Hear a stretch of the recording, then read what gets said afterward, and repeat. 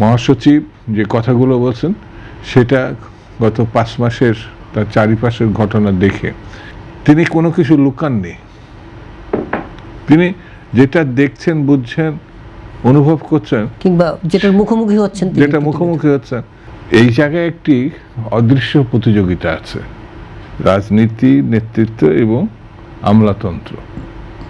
সেই জায়গাটায় আমলাতন্ত্র একটা সীমাবদ্ধতার মধ্যে থাকে, অঙ্গদের মধ্যে থাকে। তো আমি সেটাকে বাদ দিয়ে আবার আপনি প্রশাসন চালাবেন, এটাও কিন্তু যথাযথ না।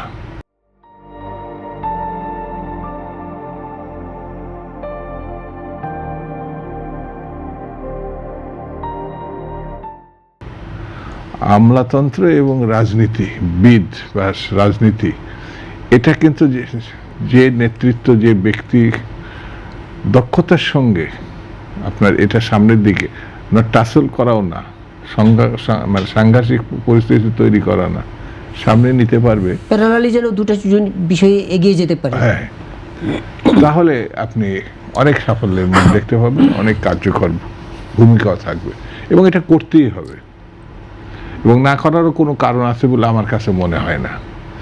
আমি পরিচালনার জন্য, দেশ পরিচালনার রাজনীতিবিদ, আমি মানুষ কর্তৃক ম্যান্ডেট প্রাপ্ত, আমার পিছনে 18 বছরের একটা ইতিহাস আছে। তা আমি যদি না পারি, কে পারবে? স্বাভাবিক কারণে এটা চলে যাবে আমলাতন্ত্রের নিয়ন্ত্রণে।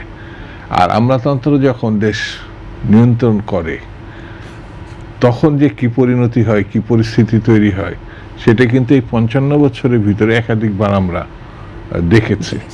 সেই জন্য আমার কাছে মনে হয়েছে রাজনীতি যেই জায়গায় আছে, রাজনীতিবিদরা যেই জায়গায় আছেন, রাজনৈতিক নেতৃত্ব যেই জায়গায় আছে, এরা খুব সফলভাবে কিন্তু স্বৈরতন্ত্রকে, মানুষকে উজ্জীবিত করে, তরুণ সমাজকে উজ্জীবিত করে একটা ফ্যাসিবাদী শাসনকে পতন ঘটিয়েছে রাজনীতির নেতৃত্বই। কিন্তু অনেকে আবার এটা শুধুমাত্র মনে করে যে তরুণরাই এটা সব কিছু করছে। আসলে এই তরুণদের একটা ভূমিকাও, পরিস্থিতি তৈরি হয়েছে, তার পিছনে অনেকে 36 দিনটাকে মৌলিক বিষয় মনে করে। 36 দিনের ফিনিশিং টাইম, এই সময়টা মানে 5000 দিবসের কাজকে শেষের মানে সমাপ্তির রেখায় নিয়ে দাঁড় করাইছে। সেই জন্য এটা সাংঘর্ষিক না, এটা পারস্পরিক নির্ভরতারই একটা অদৃশ্য মেলবন্ধনও বলা যায়। সেই জন্য আমার কাছে মনে হয়েছে যে আমরা আগামী দিন বাংলাদেশকে কিভাবে নিয়ে যাব, সেটার দায়িত্ব সবার থাকলেও নেতৃত্বের আসনে বা ড্রাইভিং চেয়ারে বিএনপি এখন আছে। মহাসচিব যে কথাগুলো বলছেন সেটা গত 5 মাসের তার চারিপাশের ঘটনা দেখে একটা সারসংক্ষেপ তুলে ধরেছেন হয়তো তিনি এক দক্ষতার সঙ্গে। এবং এখানে আরেকটা জিনিস বলতেই হবে, তিনি কোনো কিছু লুকাননি। তিনি যেটা দেখছেন, বুঝছেন, অনুভব করছেন, কিংবা যেটার মুখোমুখি হচ্ছেন, সেটা তিনি, যাতে এটা আমরা অতিক্রম করতে পারি, অর্থাৎ এই পরিস্থিতি আছে, এর থেকে আমাদেরকে বেরিয়ে আসতে হবে, উত্তরণের দরকার আছে। এই কথাগুলো তিনি অত্যন্ত সৎ সাহসিকতার সঙ্গে তিনি এটা বলেছেন। এখন আমাদের সবার উচিত হচ্ছে যে এই জিনিসগুলো অনুধাবন করে, এর ভিতর থেকে ব্যর্থতার বিষয় না, আমরা কোন জায়গায় আছি সেই জায়গাটা তিনি চিহ্নিত করছেন, আমরা কোথায় যাব এইটা আমাদেরকে সুনির্দিষ্টকরণ করে আমাদেরকে সিদ্ধান্ত নিতে হবে আমরা কিভাবে যাব। সেখানে সরকার একটা ফ্যাক্টর।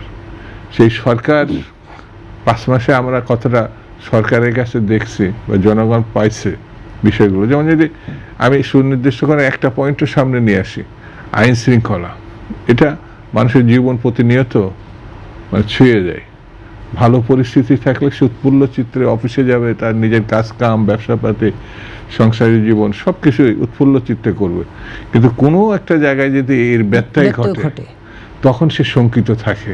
সে কর্মক্ষেত্রে গেলেও তার পরিবার নিয়ে সে চিন্তিত থাকে, সে তার নিজেকে নিয়ে চিন্তিত থাকে। এই যে মহাসচিব যে কথা রয়েছে, এখন প্রশাসন, আমলাতন্ত্র বা শাসন যেভাবে ব্যাখ্যা করি না কেন, আমরা আগের মতো পরিস্থিতি অর্থাৎ টেবিলে গেলে কিছু মানে পয়সা দিতে হয়, ঘুষ দিতে হয়, এটাই তো আমরা খতম করতে চাইছি 24শে গণঅভ্যুত্থানের মধ্য দিয়ে। সেটি যদি এখনো তার বাজনা আমরা শুনতে পাই, তাহলে তো এটা প্রত্যাশিত নয় এবং এটা ভালো কোনো ঘটনা এটা নয়।